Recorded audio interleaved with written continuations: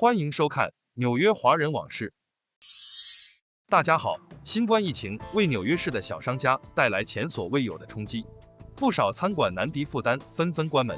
州长葛莫 Andrew Cuomo 宣布26日起提高纽约市堂吃最高容量至 35%。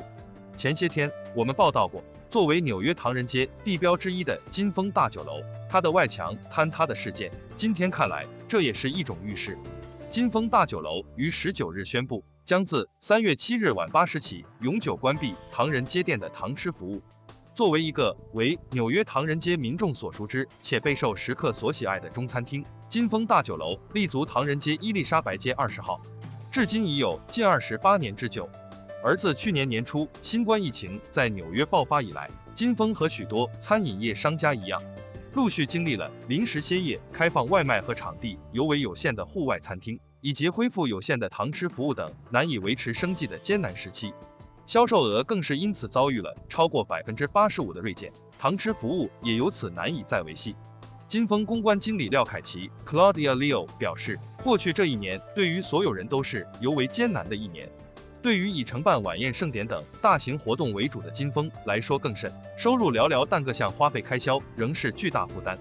在这一现实状况下，再谈及葛莫当日宣布的新政，对于虽有着多达 2.5 万平方尺空间的金峰来说，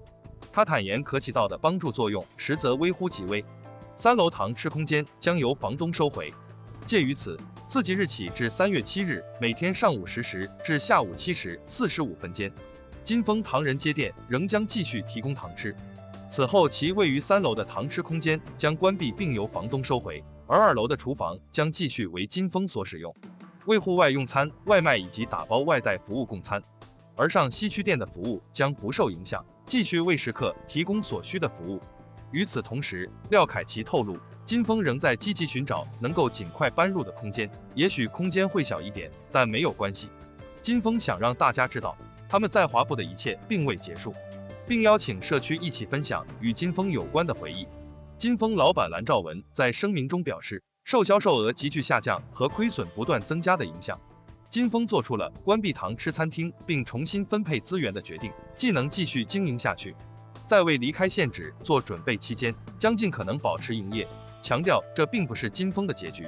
他们正在华埠积极而迅速地寻找一处新地点，期待能够尽快在新址迎接社区各位。疫情对餐饮业为主的纽约华人伤害太大了，疫情过后，请大家多多光顾周围的华人餐厅。报道就到这里，请订阅点赞我们的频道，让我们的频道将来更好地服务华人社区，谢谢你们。